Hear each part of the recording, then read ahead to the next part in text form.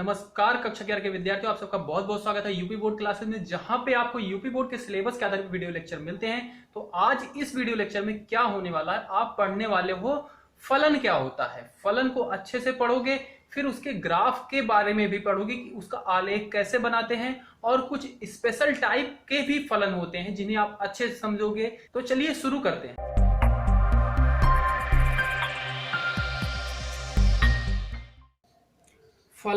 फलन को पढ़ने से पहले आपको मैं एक चीज बता देता हूं कि आपको संबंध के बारे में पता है। क्या पता है कि संबंध रिलेशन को आर से दर्शाया जाता है, और ये क्या होता है, उप समुच्चय होता है ए क्रॉस बी का, ए बी का गुणा कार्तीय गुणन के बराबर ये होता है। ठीक है, इसका उप समुच्चय होता है। अच्छा जी, इसको समुच्चय निर्माण रूप में कैसे लिखते हैं? इसको लिखते हैं कि x, y इस तरीके से होता है कि x क्या होता है, a का सदस्य होता है, y जो है वो b का सदस्य होता है, और x और y के बीच में क्या होता है, संबंध, रिलेशन होता है। ठीक है, इसका मतलब ये चीज ऐसे भी दी जा सकती है कि 2x y के बीच में क्या है, 2x का रिलेशन है।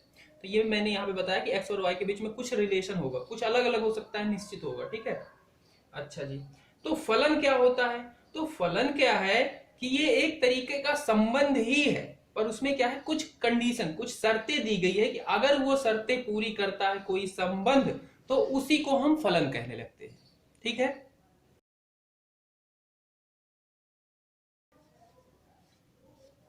संबंध को ही फलन कहते हैं यदि पहली शर्त क्या है, उसका जो प्रांत है, जो संबंध का प्रांत है वो किसके बराबर हो, ए वाले समुच्चय के बराबर हो। तो मतलब जो संबंध आएगा आर, उसमें जो भी अवयव आएंगे उसमें ए के सारे अवयव आने ही चाहिए। ठीक है, ये तो पहली शर्त है। दूसरी शर्त क्या है कि संबंध का जो ए का होगा ना अवयव, उनका दो इमेज नहीं होनी चाहिए बी वाले समुच्चय में। मतलब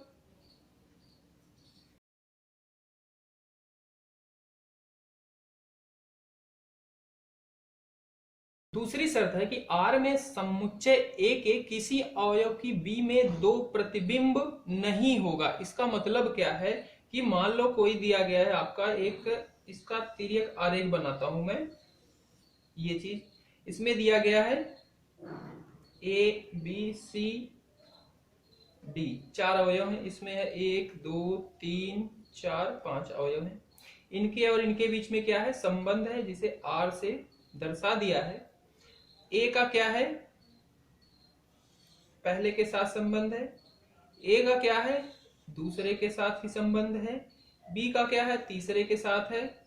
सी का क्या है, चौथे के साथ है। ठीक है, तो यहां पे ये दूसरा वाला नियम क्या कह रहा है कि आर में समुच्चय ए के किसी अवयव की बी में दो प्रतिबिंब नहीं होनी चाहिए। यहां से ए का प्रतिबिंब यहाँ पे क्या है, दो के साथ संबंधित, इसे बोला गया है प्रतिबिंब। इसे क्या बोला जाता है, प्रतिबिंब, इमेज। ठीक है, कि ए अवयव का क्या है, इस पे दो के साथ संबंध है। ठीक है, तो अगर मैं इसका रिलेशन, संबंध लिखूं रोस्टर रूप में, तो क्या होगा, ए क्या है, 1 के साथ भी है, ए क्या है, 2 के साथ भी है, बी क्या है, 3 के साथ है, और सी क्या है, 4 के साथ है।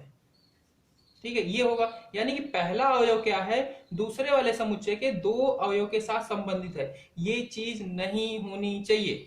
ठीक है, दूसरी शर्त ये है। और पहली शर्त क्या थी, जो आर होगा उसका प्रांत ए पूरा पूरा आना चाहिए। अगर मैं इसका प्रांत पूछूं इस संबंध का, तो इसका प्रांत क्या हो जाएगा, डोमेन, तो इसका हो जाएगा ए बी सी, पर यहाँ पे क्या है, डी भी है, तो डी नहीं आया, मतलब इसकी पहली शर्त भी नहीं फॉलो कर रहा, दूसरी शर्त भी नहीं फॉलो कर रहा, तो ये क्या होगा, फलन नहीं होगा।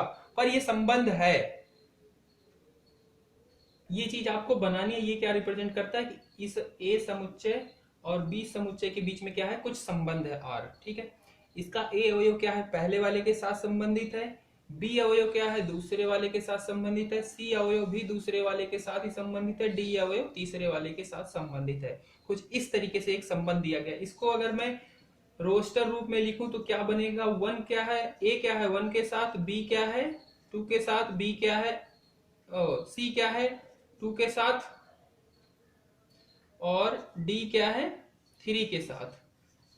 पहली जो कंडीशन थी इसकी फलन होने की, वो क्या थी कि जो आपका प्रांत होना चाहिए वो पूरा का पूरा ए होना चाहिए था। अगर मैं इसका प्रांत निकालूं तो प्रांत क्या हो जाएगा इसका, ए बी सी डी, यानी कि जो ए अवयव दिया गया है पूरा का पूरा आ गया। ये तो पहली शर्त। दूसरी शर्त क्या थी, ए वाले समुच्चय की किसी भी प्रतिबिंब की बी वाले के किसी दो के साथ संबंध नहीं होना चाहिए, कोई भी अवयव का। तो ए देखो एक के साथ ही संबंध है, बी क्या है एक के साथ ही संबंध है, सी क्या है उसी अवयव के साथ संबंध है, पर इधर कोई एक ऐसा अवयव नहीं है जिसकी दो के साथ संबंधित है। ठीक है, ये संबंध है। ठीक है, तो ये दूसरी शर्त भी फॉलो करा, यानी कि ये क्या है, फलन है। बात समझ रहे हो? ठीक है, और बी में कोई अवयव खाली भी पड़े हुए हैं, उनसे नहीं मतलब हमें। तो समझे दोनों शर्त को। अगर इसको एक तरीके से और आप समझ सकते हो कि जैसे लड़के का है, ये मान लेते हैं ये क्या है, बॉयज है, ये क्या है, गर्ल्स है।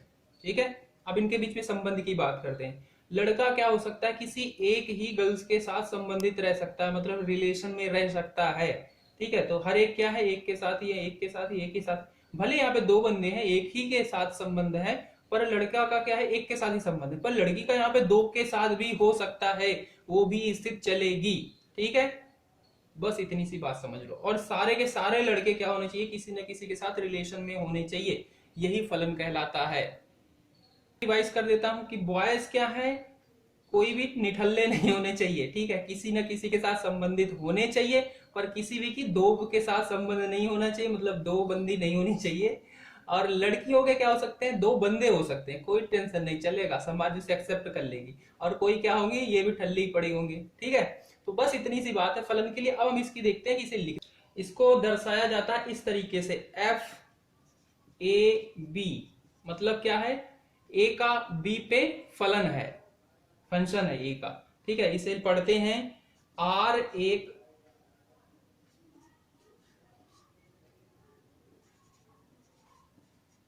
फलन है ए से बी पर। ठीक है, आर क्या है, फलन है ए से बी पे, और इसे एफ से, फंक्शन से दर्शाया गया है। और यहां पे जो ये ए है, ये क्या होता है, डोमेन, यानी कि प्रांत। और बी क्या है, ये सह प्रांत होता है, कोडोमेन। इसको अच्छे से याद कर लेना, क्योंकि डोमेन और कोडोमेन पे बात आती है। रेंज, रेंज परिसार, वो भी अभी हम पढ़ेंगे। ठीक है, जैसे पहले पढ़ा था, इसमें भी हमें थोड़ा सा जान लेंगे। तो ये होता है इसका लिखने का तरीका। ठीक है, इस तरीके से मिल सकता है। और इसी को लिखा जाता है, मान लो ए की क्या है, A B C D, small A B C D अवयव हैं बी के,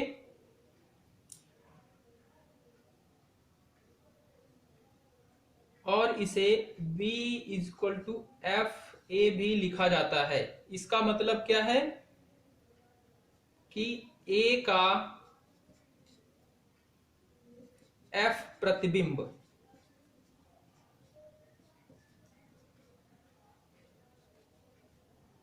इसे इस तरीके से भी लिखा जाता है कि b equal to F A, मतलब जो आपका फलन है उसमें a का कुछ मान डालो तो y, यानी कि v कुछ ना कुछ उसका प्रतिबिंब आएगा, तो a का f प्रतिबिंब। और इसी को हम आगे चल के y से रिप्रेजेंट करते हैं, मतलब xy लिखते हैं ना फलन को, xy। तो यहाँ पे जैसे b लिखा है तो ये क्या है कि y है, जैसे a b ऐसा है ना, तो ये y है। तो इसी को हम कभी कभी y से आगे चल के रिप्रेजेंट करेंगे ऐसे। तो इसे अच्छे से समझ लेना अभी। अच्छा, एक उदाहरण हम लेते हैं, देखते हैं आप फलन समझ पाते हैं क्या फलन है या नहीं। तो एक मान लो उदाहरण दिया गया आपको कि R एक संबंध है, उसके अवयव हैं 2 1 3 1 4 2, ये इसके अवयव हैं। अच्छा, दूसरा है एक संबंध है 2 2 2 4 3 3 4 4। अच्छा, तीसरा है इसी में R एक संबंध है 1 2 2 3 3 4 4 5 5 6 6 7।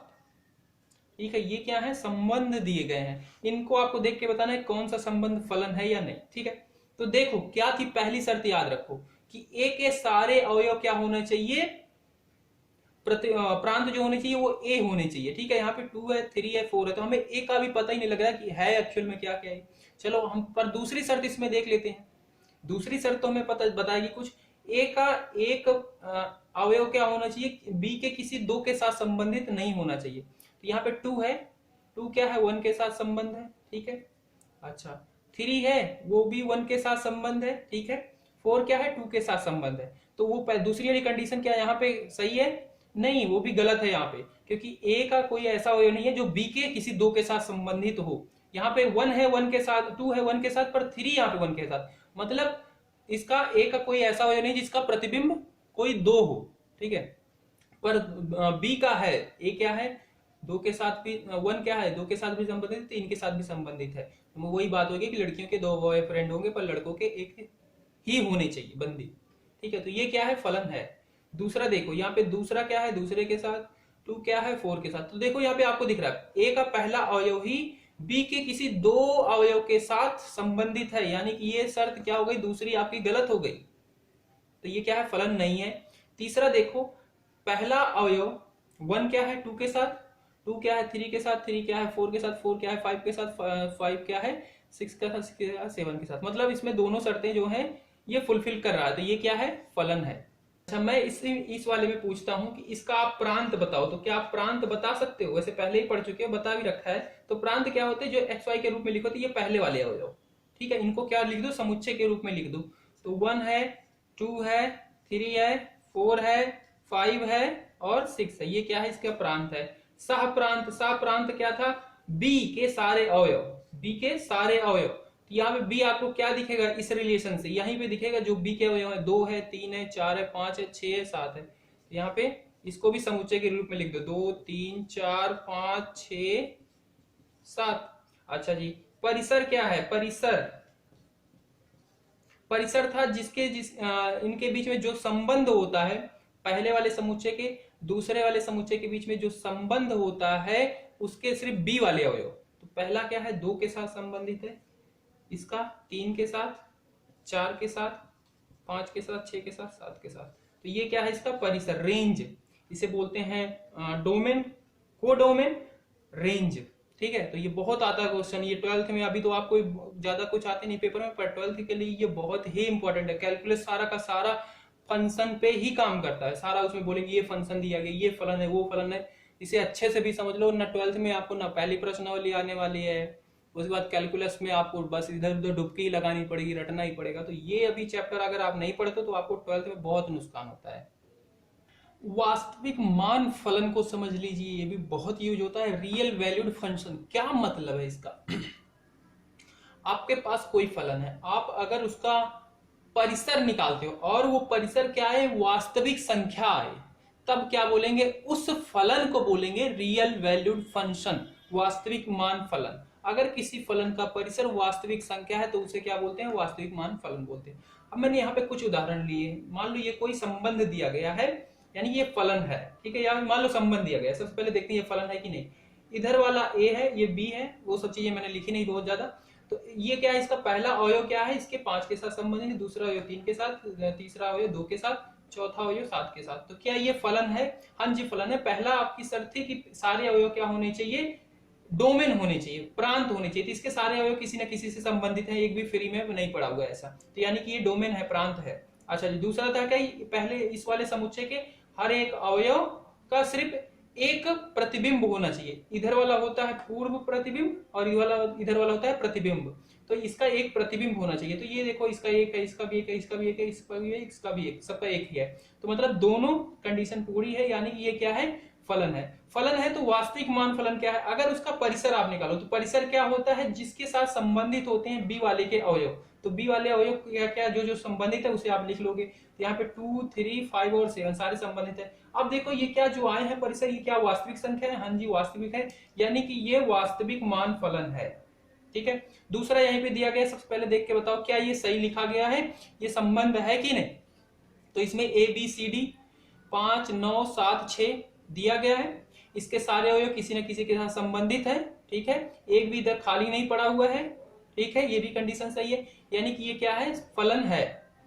अच्छा जी, आपने ध्यान नहीं दिया गया होगा, इसमें जो है ये फलन भी नहीं है, मतलब जो लिखा गया है ये गलत लिखा गया, क्योंकि आपको पता हो मैंने जब सेट में ही पढ़ाया था कि इसके अंदर जो ए के अवयव पहले वाले समुच्चय के अंदर जो अवयव लिखे जाते हैं वो क्या होते हैं, स्मॉल लेटर में लिखे जाते हैं, पर यहाँ पे कैपिटल में लिखा है, तो ये गलती है इसमें, ठीक है, इसलिए मैं इसे सही कर लेता हूँ, इसे small A B C D लिखेंगे, ये हमने पहले चैप्टर में ही पढ़ा था, ठीक है, तो सही से पढ़ो, सही से माइंड को एक्टिव रखो, ठीक है।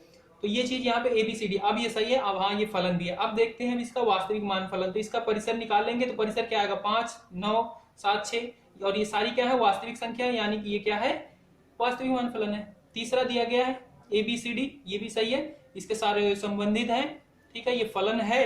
अब परिसर की बात करें तो इसके देखो, अगर हम परिसर निकालते हैं तो इसके आएगा 6 8 9, 3 किसी के साथ संबंधित नहीं है, के, तो ये क्या आया, इसका परिसर आया। ये क्या सारे वास्तविक संख्या है, नहीं, इसमें जो के दिया गया है ये स्मॉल लेटर में लिखा है के, वरना आप बोलो कि सर जी आपने तो कैपिटल में लिख दिया, गलत है, तो ये स्मॉल में लिखा, ठीक है। तो ये क्या है, फलन, वास्तविक मान फलन नहीं है, वास्तविक मान फलन नहीं है, क्योंकि इसमें क्या है, के है, के वास्तविक संख्या नहीं होती।